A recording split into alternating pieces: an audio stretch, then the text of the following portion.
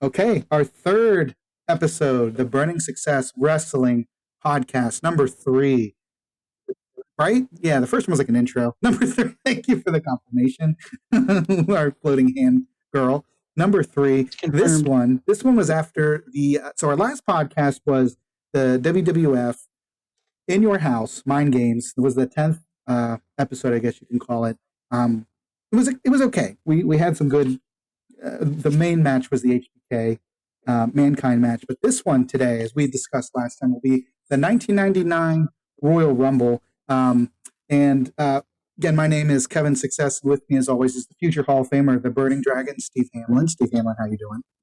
Thank you. Keep sending those votes in. I'm pretty sure I'm going to be a first ballot eventually. Eventually, I'm thinking so too. So again, the Royal Rumble 1999. Do you have any background information on this pay-per-view by chance? I do. I got a little bit. It's the 1999 Royal Rumble. That's all I got. No, I'm just kidding. It's awesome. It comes from Arrowhead Pond Coliseum. Coliseum? I think so. Pond. Is it not? Yeah, I think so too. Yeah. It's Anaheim, California. It had a tagline because they didn't want to number the Royal Rumbles. They just gave it a tagline, "No chance in hell." And I got a few things on the buy rate here. The buy rate was 650,000. Remind me, was the last one we talked about, I think, was only 150,000, right?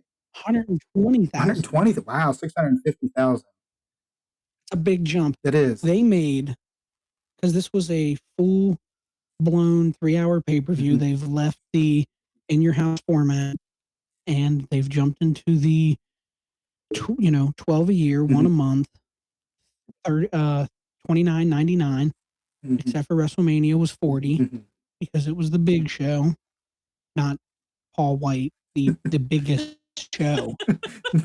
The biggest pay-per-view. Yeah. Correct. The biggest pay-per-view of the 12. Anyway, so they did do that. So at 650,000 buys, $19,435,500. Wow. A little bit more successful than the last one we talked Quite about. a bit more. Yeah. Right. And like I said, if we got the 65-35 cuts true with the cable company, WWE made killer money. A lot of money. Crazy money. They know what they're doing. So, the attendance was 14,816 at an average of $100 at the gate. You're looking at 1.4 million. That's just at the gate, but that's probably more because around ringside was more. Yep. Skyboxes, they probably gave those away, but people pay ticket. Nonetheless, they get some money for it. Yeah. 1.4 million is nothing to sneeze at. Sure. And they jump right into the action with the Road Dogg Jesse James, the hardcore champion, coming out to face Big Bossman, one half of the tag champions, in a non-title match. Yeah. Interesting. What? Fuck. Sorry. Fuck, man. Did it hurt her ears? Ow. Yeah. I'm keeping it in there because that sounded awesome. Because this is a good point. Why is it not a title match? I don't understand. Bullshit. Trouble. She's so upset. Still, considering it's not a title match, let's get into it. What'd you think? Thought it was stupid. Yeah. That's all I got. Yeah. Just literally stupid. You have a hardcore title. Yeah. You have the guy bring it to the ring. And then you say, hey, guess what? This is just a regular match. Yeah. Why? Let the guy with a kendo stick, you goon. Exactly. Something. And freaking, it's against the Bossman who has a freaking, what you call it? A stick. Nightstick. A nightstick. Yeah. But no, they did not do Billy Club. A Billy Club. Billy Gunn. Come on. What more? How could we draw the dots anymore? Oh, it should have been Bossman versus Billy Gunn. Yeah, this is Road Dogg. I don't know why I thought this was Billy Gunn. I really appreciate how you tried to sell that for me. I'm not good at this. God. All right. So anyway, what did you think of the match overall? It was, yeah. I know that I have I only have 3 notes on it. That tells you kind of. Go ahead and then I'll fill it in. Well, I like Road Dogs. I like DX. I thought their entire history of their faction was really entertaining, and Road Dogg is awesome on the mic too. I feel like his voice is so unique.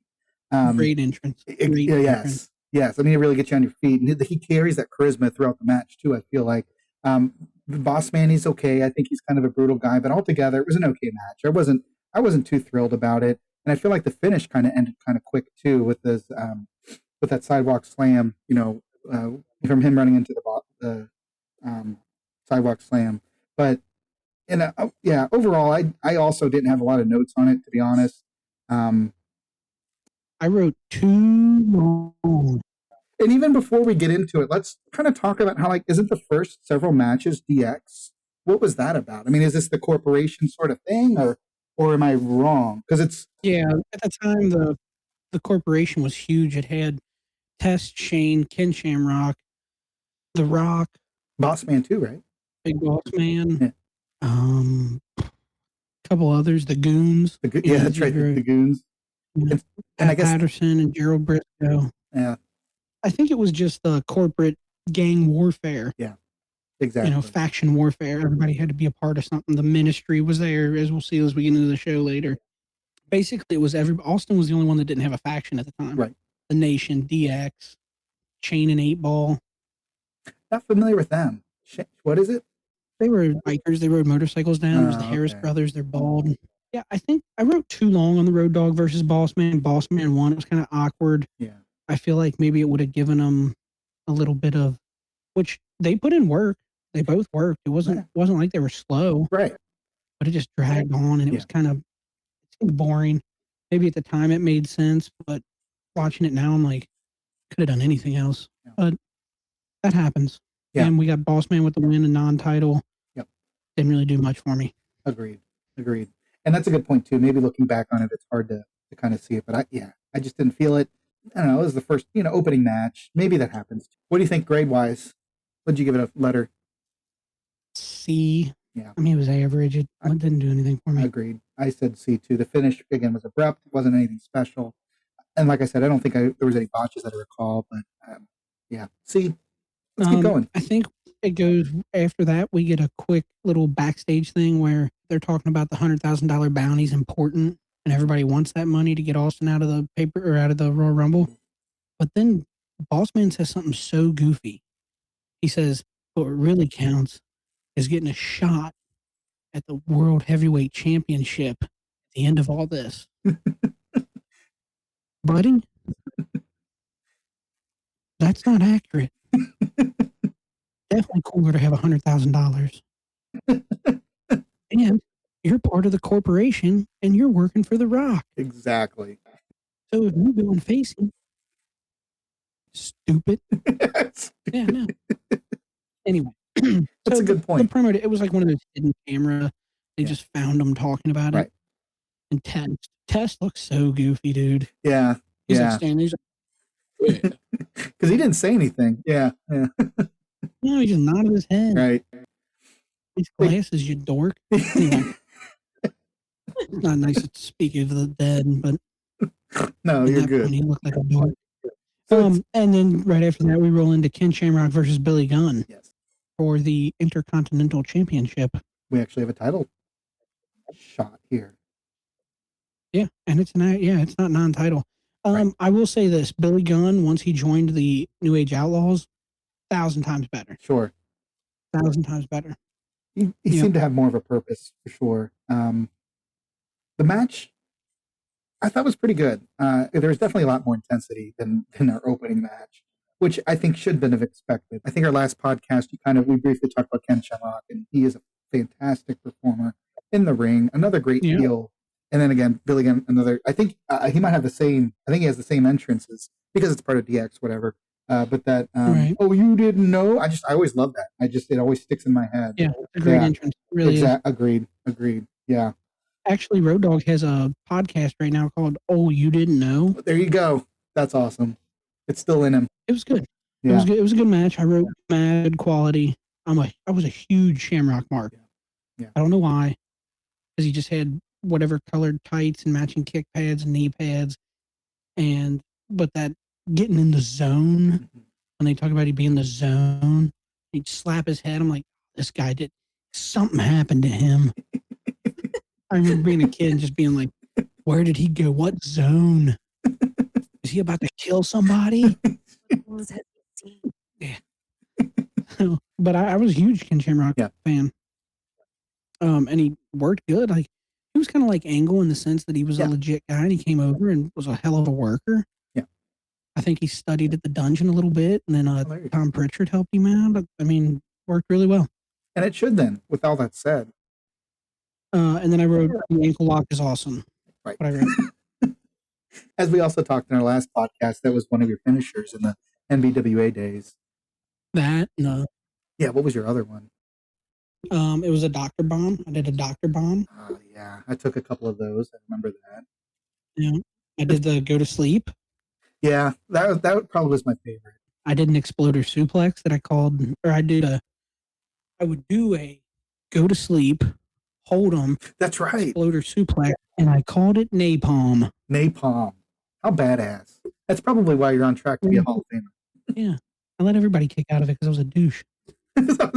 You're just like, you also try to, like, put people over, keep the match going. I like it. Speaking of ankle lock, that brings us back to Ken Shamrock.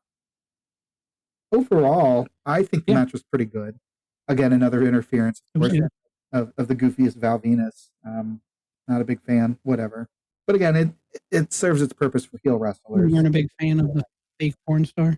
I was not. His character was strange. You remember Rico on SmackDown? Rico? He was... Oh, yeah. Yeah. Which is interesting because when I remember, he actually was a pretty good wrestler. I think he did a lot of kicks Rico or whatever. Yeah. But again, it's just Val like... Venus is good. Val Venus is a good wrestler. And same thing. Weird Val gimmick. Venus... Yeah, I don't get the gimmick, right? Or I don't get his... I love that his finisher is called the money shot. Yeah. I don't remember the... I never got it as a kid, obviously, but... Right, but now... What was his finisher? What was it? Face. He's just like... This is gross. Yeah, that's what she said. That's dirty. That's dirty. Dirty. The money shot? Yeah. Evan, that's when at the end of the scene... No. And now I have to update this to rated R. No, it was a frog splash. Oh, off the top rope. Okay. Not really. It was more of like a Superfly Snuka Yeah, just a splash. Yeah. But he called it the money shot. That's hilarious. And then he'd always come out and cut those promos where, hello, ladies. And then he had the towel. Yeah. And he'd say something goofy. Yeah. I just couldn't get into it. I came. Yeah. I saw, and then I came again. Is that what he said? Ew. Yeah. I never got it as a kid. My dad would laugh, and I'd be like, and you're like, what's funny? I don't get it. Oh my gosh. Now I'm starting to respect him more as a performer. It's starting to make sense, everything. Anyway, the match, the Ken Shamrock Billy Gunn match, I give that a B. I liked it. Yeah. I like Shamrock. Yeah. I think they put some work. Not a big Billy Gunn guy. Right. Not to this day. I still don't think he's got it. I think the thing I like most about Billy Gunn is his finisher. I like the Famouser, however it is pronounced. I remember seeing that younger. Famouser. Yeah. And I think he has good energy in the ring. But I think so. I'm sorry, you said you gave it a B, like a solid B. Yeah. Yeah. I think that's fair. I think the end, from what I remember, was kind of quick. He hit the ankle lock, but I think it makes sense that it's quick because we know that the ankle lock is a fantastic move. And I think either he injured it during the match or had a previous injury, but his ankle is already hurt. So it would make sense that he tapped kind of quick. Yeah. Yeah. I think Shamrock had put him in the ankle lock a couple of times, like over the past couple of weeks. So he really weakened that ankle. So they sold it. Then it makes sense. I think a B is a good. Yeah, he died. He died from the ankle lock. He passed out like Stone Cold Steve Austin passed out from the sharpshooter. So Ken Shamrock retains the title in the Intercontinental Championship B match. Pretty good. Yeah. All right. Let's keep going. And then we got X-Pac versus Gangrel. Another DX. And at the time, his name wasn't Gangrel, right? It was oh no, yeah, Gangrel. Sorry, I'm thinking of Visceral and what the hell's his name? Viscera and Mabel. Mabel. Yeah. Mabel becomes Viscera. Yes, later in his career. Okay, I'll cut that. And then later becomes Big Daddy V. Yeah, just like you go from a badass character to just some. Which same thing with Mark Henry, the sexy chocolate, whatever. That's just weird. Anyways, yeah, Gangrel versus X-Pac. I always liked Gangrel's entrance. I loved the blood. Yeah, Gangrel has a killer entrance. Yeah, and the music was always awesome. Spitting it. I didn't realize he spit it into the crowd. That's gross. Ooh, I don't know this. Yeah, nasty. Stain my shirt. Yeah, of all the red. What'd you think of that match? I'll be honest, I skipped it. Yeah, I mean, sorry, it's just I really did. I'm not. That sounds dumb, but I did. I know X-Pac won. Outside of his entrance and outside of the blood and the brood, never did it for me, man. Well, they didn't really do much for him. Yeah. You don't really think a lot of things when you think of outside of the brood, but you don't really think very much of Gangrel. I agree. Gosh, that's bad because I have like one line and I don't really remember how it finished. But there was a botch that really made me mad. So I think Teddy Long was the referee, and there was a spot where X-Pac was rolled up for a pin. So he starts counting 1, 2, and then Gangrel kind of somehow reverses it into his pin.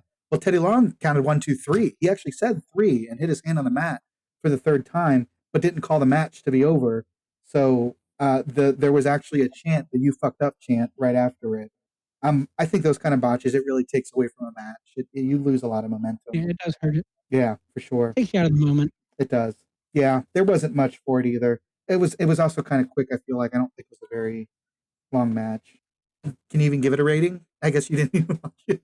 So, C. C. You have to give it a C. That's fair. Okay, let's move on. What's our next? We got a promo. I don't know if you want to talk about that. I probably should have watched it just for the podcast, but really I couldn't get into it. I started watching it. I'm like, man. I think that proves a point, though. I think that has validity. And then we go Sable versus Luna strap match. Yes. I skipped it. Well, and again, it was understandable. Another gimmick match. I'm not a fan of the strap match or the Caribbean version of it. As a matter of fact, the match started with Shane McMahon coming out first, who either had a really dumb entrance or didn't have an entrance music at all. I can't remember now. Yeah, he didn't have entrance music. I didn't think so. He had a jacket that kind of looked 2 times bigger than he is, so he kind of looked a little sloppy, which I'm glad Shane McMahon, how he turned out to be, because he's actually another favorite of mine. But he introduced Luna. Luna came out, and then Shane actually was commentator during the match a little bit, and he was kind of entertaining. You could tell. I saw that Sable won, and she did pretty neat. Oh yeah, Tori. The Tori debuts. And who is it? Her name ends up being Tori. Tori, and I like Tori. Tori. T-O-R-I. R-Y. I think it's T-O-R-I. We should look into that. Maybe. Who did you talk to? Who did you look into? We should look into that. You look up. You go look into that. We're gonna look into that. Ooh. Motherfucker, it's me or you. But yeah, there was an interference by the stalker, and as you said, it turned out to be Tori. And then Sable wins. I liked Sable. I think she had a decent career. It was her first, I believe it was her first match defending her title. So she retains the title. Okay, what's next? After that is The Rock versus Mankind. Yeah. Brutal. And it was, and even before that, I think Rock had a promo, and I mean, we don't need to talk much about it. We know that it was amazing. It's The Rock. There's not many more people that are as good on the mic or in front of a camera than The Rock, who is phenomenal, heel or face, when it comes to cutting promos. But yeah, the I Quit match for the WWF Championship. Do you want to take a lead on this? Or leading up to the I Quit match, you have Mankind, who isn't going to quit. Right. We all know that. We've seen it. He's been caught on fire. He's been hit with barbed wire. He's been exploded, death matches, thrown off of a Hell in a Cell, thrown through a Hell in a Cell. And then you have The Rock, who, I mean, how many people's elbows is this poor guy going to take before he quits? So the idea of the match is great. It's you can't beat The Rock, or The Rock can't win. He can't beat Mankind. And leading up to it, you have Mankind every week yelling into the microphone. You'll say, I quit, and just cutting really good promos. And then you get into this match, and I wrote brutal, funny because of the mic work. Like when they'd stick the mic and, yeah, kiss my ass. Kiss my ass. Kiss my ass. I think at one point he calls him a fat ass. That's I laughed. It was awesome. But it's brutal because if you hear Mick Foley talk about it, he talks about how they talked about there only being 5 chair shots at the end. Oh, and he was busted up too. And he's handcuffed. Yeah, and he's got blood coming out. So, yeah, he gets handcuffed, and The Rock ended up hitting him like 14 or 16 times with a chair. Over and over. Unprotected. Yeah. Beat the shit out of him. Yeah. And, I mean, he got his bell rung. You could tell he was concussed. Yeah. And then if you watch Beyond the Mat, they actually were there while this was happening. Beyond the Mat's a documentary where they follow wrestlers around. It came out in like 2000, 2001. And Vince reluctantly let Mick Foley be a part of it, but they filmed part of it when he was in ECW. And they filmed the other part while he was in WWE. And because it came out so far apart, they wanted to catch up with Mick and see where he was. And he was just about to do an I Quit match. And Mick's completely out of it. After he comes back, they're sewing up the big gash in his head. His kids are there. His kids are screaming and crying. Like, it looks bad for Mick, but it was his idea. He said, handcuff me and hit me with the chair, and, I'll be knocked out. So it's a recording that they play over the loudspeaker to everyone thinks Mankind quit. And when that comes out, we'll get another Mankind Rock rematch. Right. But it was a good match. It was really good. It was really brutal. The Rock this was peak Rock. Yeah. This is when he was really strapping the rocket to himself. Rocket. He's proud of that one. That's why you're going to be a future Hall of Famer. Yep. Rocket. Future third ballot. Third ballot. How many ballots do they put out? Right. How many chances do you get? So you mentioned how the match finished, like you said, was recording, and at the beginning of this segment of this episode, you had mentioned before Mankind kept saying, "You're going to say I quit," and it was pretty brilliant. Yeah, real good finish. And the way that it finished with the handcuffs thing, obviously you can do whatever you want. It's basically no disqualification match, but how perfect of a heel are you to bind the guy where he can't do anything? I mean, it's just a good heel move, and I think it was a perfect finish because, like you said, let's be honest, it's Mankind. He can't lose. He's never going to say I quit. He will have to die first. And I think he even said that. I'll die before I say I quit or something. So perfect ending for the match. Other really good spots. There was a spot where they had the timekeeper bell. I liked it. Rock had put it up to his head, and then he took the hammer and stung it. And then I put in here that the Rock took the mic and sung on the mic. Bells will be ringing. I thought that was kind of funny.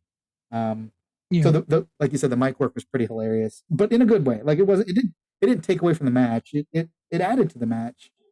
They're both so charismatic. What did you think overall, grade wise? I give the match a B. Yeah. Is there anything what took it from an A to a B? Would you? Looking back and realizing that people shouldn't have concussions. Yeah. That's really it. I mean, and it's good that WWE takes that stance now. They don't do headshots with steel chairs, or I feel like they don't even do steel chairs very often. No. Yeah. I would still give it like a B plus, maybe even closer to an A or a 4.2 out of 5, just because both Mankind and Mick Foley, Mankind and The Rock, they're so good at what they do with the microphone, the actual moves, the spots they were everywhere. They were in the crowd. They were, like you said, the table where the electrocution scene. They were on the ramp, obviously in the ring, and I like the finish was perfect. So I think I give it a B plus. I realized that they probably didn't do a hardcore match because they had this one coming up. That's probably why the first match wasn't hard. Yeah. That's a good point. So they're like, yeah, we don't need too much. So Yeah. it makes a little bit more sense now. That does. Yeah. Leave the match. It was really good. Yeah. It was good. Good for The Rock. Moving on. You good? Yeah, I'm good. Let's keep going. Yeah. All right. We're jumping right into the main event, the Royal Rumble, a 30-man over-the-top Royal Rumble. 29 man and 1 woman. That's questionable. True, it is China. Man, I am just talking so bad about the dead. Yeah, China's been dead. Alice goes, wait, China's dead? Yeah. This particular Royal Rumble is interesting because it's not just, and you talked about this before, it's not just the winner of the Royal Rumble gets a shot at a match with a championship, but also there's a $100,000 bounty for the person, should they be able to take Steve Austin out of the match over the top rope. So perfect for the theme of what was the theme again? What was the theme of the Royal Rumble? Yeah. So real quick before we get into it, I just have a question. Is or is not the Royal Rumble your favorite pay-per-view? It is. I'm actually glad you said this because I had mentioned a couple of times in our past podcasts that I'm not a big fan of gimmick matches. You thought Brock Lesnar was going to come back no matter what. Only every year for like 10 years before he came back. No, I'm not a big fan of gimmick matches, and I think by definition we can agree something like the Royal Rumble or throwing someone over the top rope is kind of a gimmick, but the idea of somebody coming out every minute and a half or whatever the time frequency is, you don't know who that person's going to be. You don't know. I mean, you could have 10 people in the ring. It is awesome. I love the concept. And then when you win the Royal Rumble, you get the chance to get a major championship title shot, which is a good, incentive to win. I assume you love the Royal Rumble as well. One of your favorite pay-per-views? Yeah. Pay-per-views because of the returns, because you get to find out what your WrestleMania pay-per-view is going to be, or I'm sorry, main event's going to be your WrestleMania main event. There hasn't been very many good Royal Rumbles. I can barely name 2. Yeah. That I really like, but that's not here nor there. Let's jump into it. Were you surprised that Austin was number 1? Vince tried to make himself number 30, right? And then Shawn Michaels, of all people, came out and made him number 2.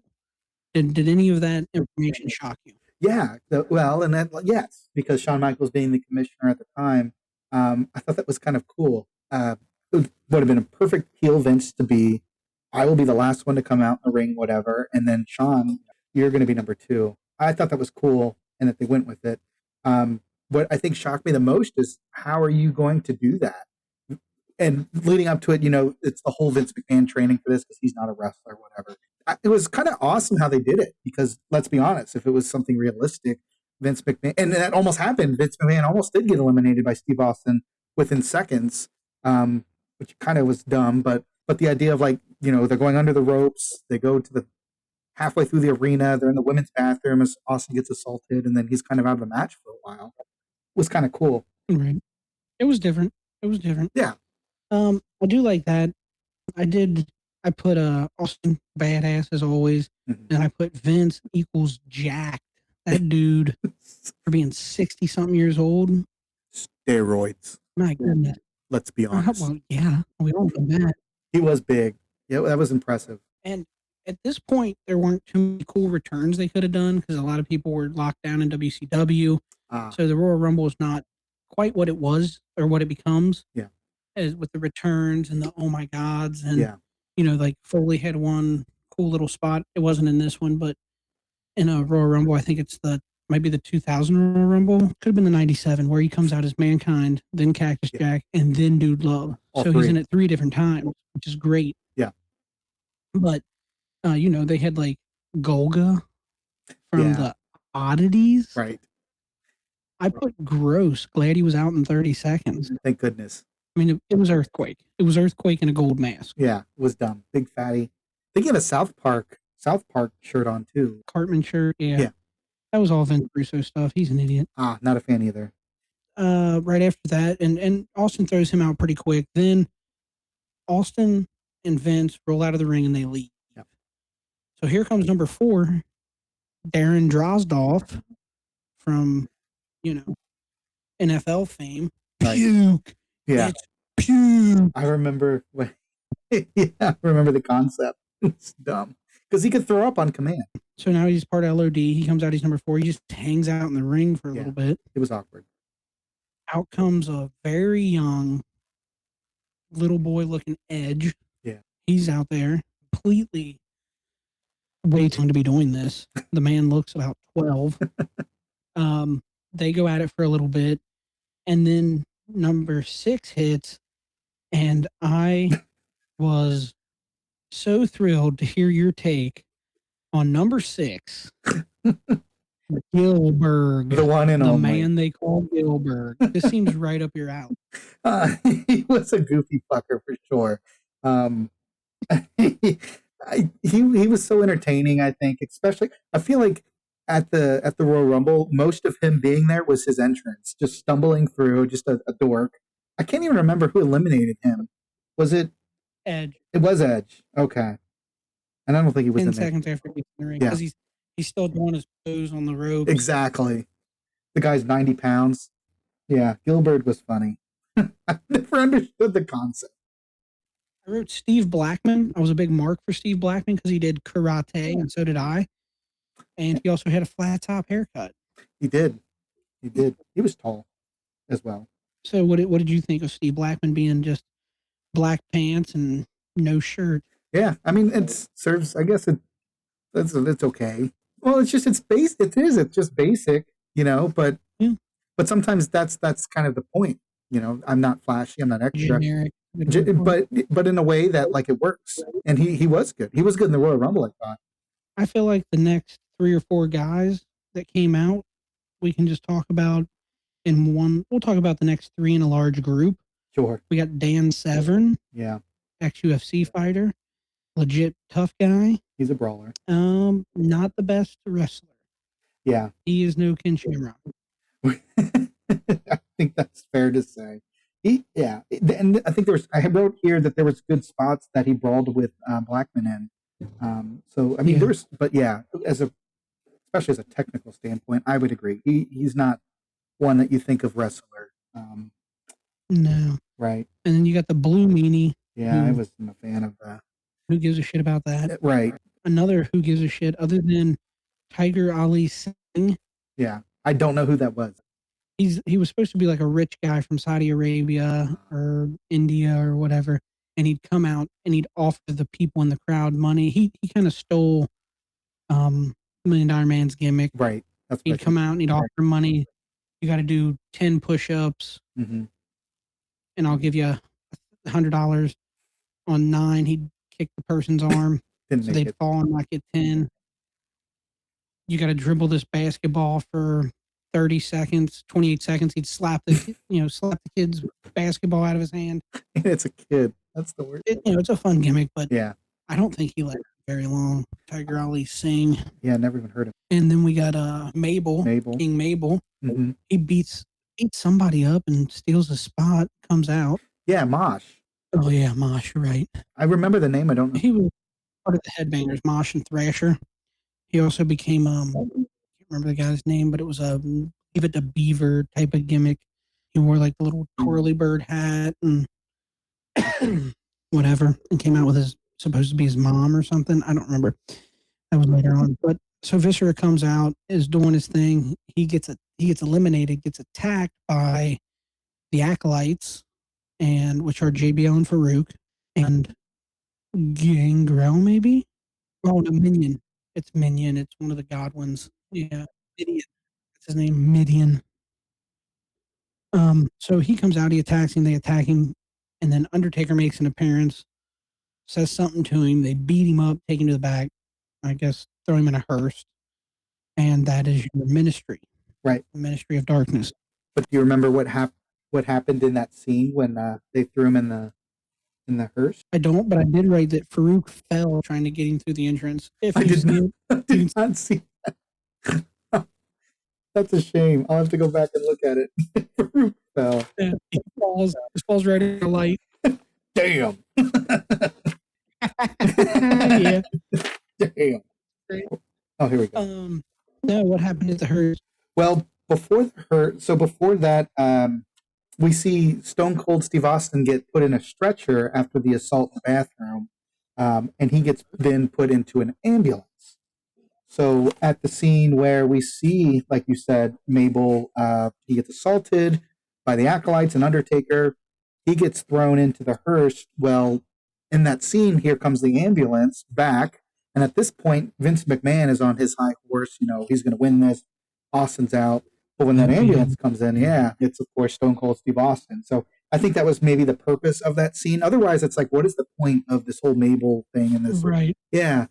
We need to see why Austin got back. Yeah, exactly. You get the reason why camera's out there. Yeah. So here comes Steve Austin. Yeah.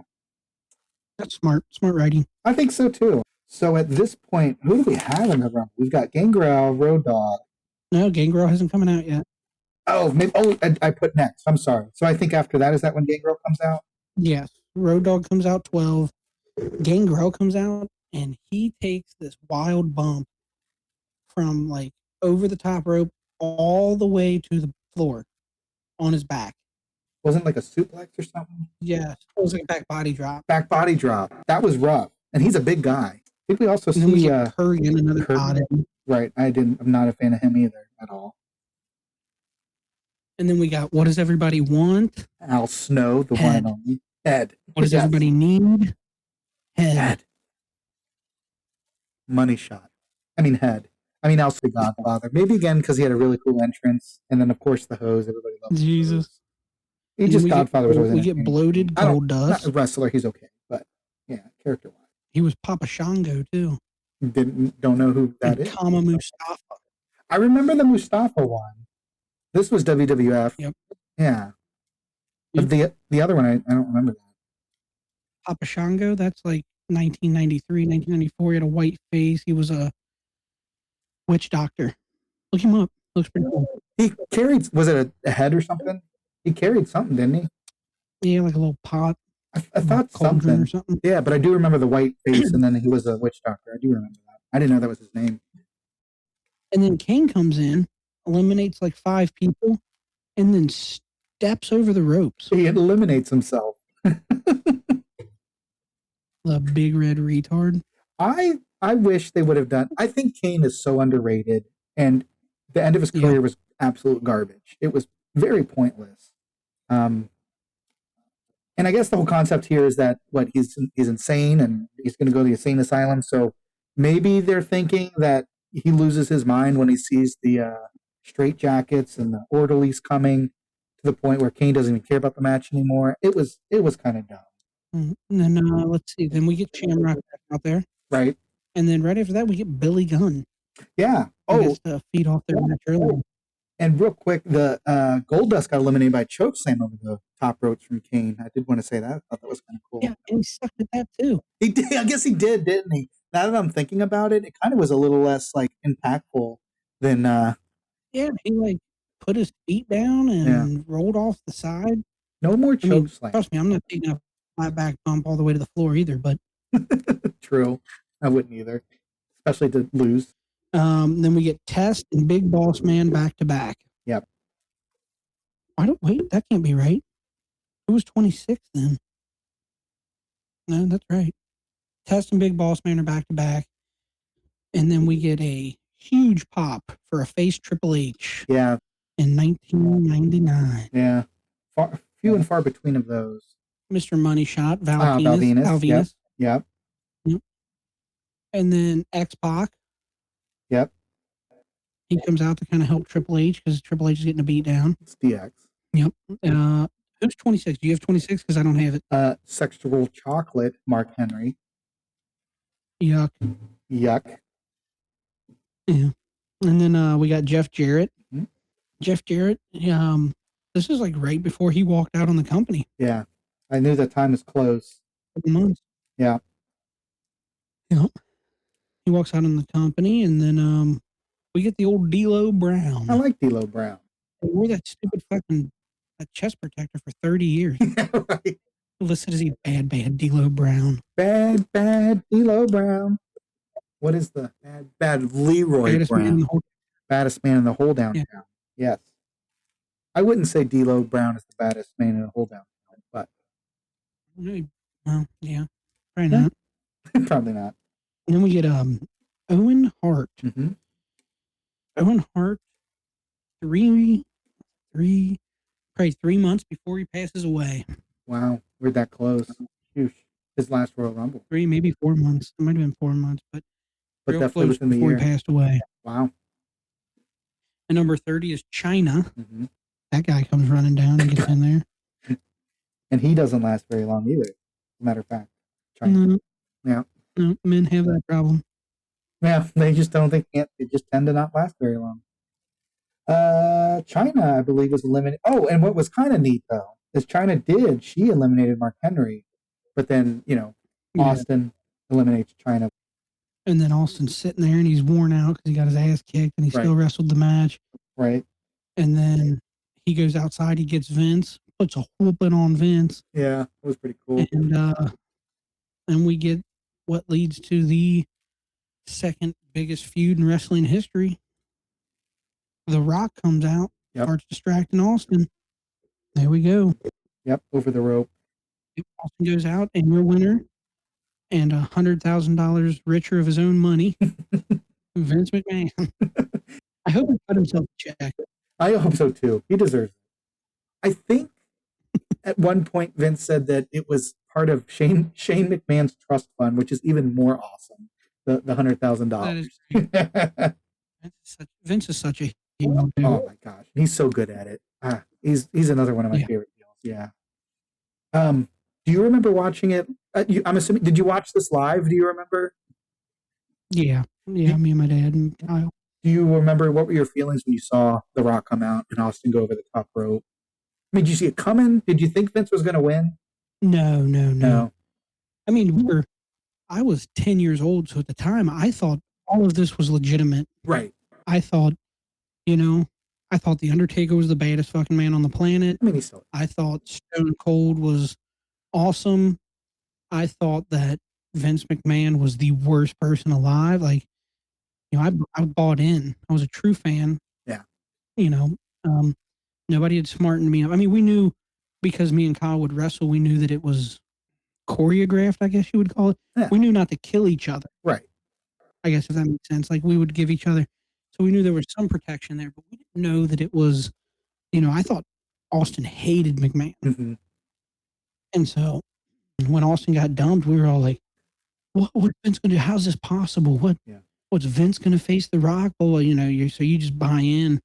I'm sure we had some really goofy takes on it as kids, because I was 10 and Kyle was 7. So we were probably like, maybe a spaceship will come down. Right. Just know what I mean? Know. Like, yeah. You never know. So I remember being blown away. I remember being like, oh, we hate Vince. Why is Vince always doing this? Exactly. Leave Stone Cold alone, meanie. Right. Quit picking on Stone Cold. That's right. Because before this, I mean, Stone Cold couldn't catch a break. He had contracts. Yeah. I'm guaranteed this match. I'm guaranteed time. And he just kept getting cheated. I love that you feel that this was such a huge feud now, The Rock and Stone Cold, because I would agree. Oh, yeah. 3 WrestleManias? Right. Has to be. What'd you think overall? Yeah. Overall, I gave the overall show probably a C. C? It was probably overall C. Yeah, there was nobody special in the Rumble. Yeah. Nobody popped up as like, oh my goodness. Yeah. Not that it needs to be a return, but like they could have had somebody do something cool. Triple H could have lasted a lot longer. Yeah. Or Kane doesn't eliminate himself. Right. There's things that could have been done. Yeah. But overall, it was decent. It was good. It drove the story a little further home. You know what I mean? Sure. No chance in hell. Absolutely. Yeah, we're getting to WrestleMania. That's the whole goal. Right. And it set up WrestleMania. And I think, like you said, that is the goal. I think I would give it a C+. Yeah. C+? Okay. Yeah. I think the issue is when you have these big matches like the Royal Rumble and like the Intercontinental Championship match, you just don't have a lot of wiggle room, and because you're hyping it up, and these matches should be really great. And yeah, the Royal Rumble was overall kind of dull. I do love the concept of what they did with Stone Cold at the beginning. The idea that it's Vince Austin number 1 and 2. And if, like you said, because the purpose of it is to support WrestleMania, the storyline and everything, if Vince had to win, then I think that's the best way to do it. Yeah, you can't have Vince beat Austin clean or, definitively. It has to be a cheap win. Now that we've sort of given a couple appetizers, Yes. First and second episode, what are you wanting to jump into here? What you want me to give you a year? You want to pick the year and I'll pick the month? How you want to do it? Yeah. Well, I don't think the intention of this podcast is to do it this way, but I feel like we don't give it justice if we don't just go straight to the WrestleMania next. WrestleMania, was it 15? Is that the next one? Yeah. It is. It You is. wanna do that? There's 2 pay-per-views in between this and the next one, but we'll just do a quick side note on it before, kind of catch everybody up on how we got to the main event of WrestleMania 15. That's a good idea. Another great podcast. This one was the 1999 Royal Rumble with the victor being, of course, Vince McMahon and $100,000 richer. This was the Burning Success. Again, I'm Kevin Success. I am the Burning Dragon, Steve Hamlin. The one and only. It was a pleasure. Thank you, sir. It was a pleasure. We will catch you on the next one, and we're gonna knock that one into the back of the park. Thanks.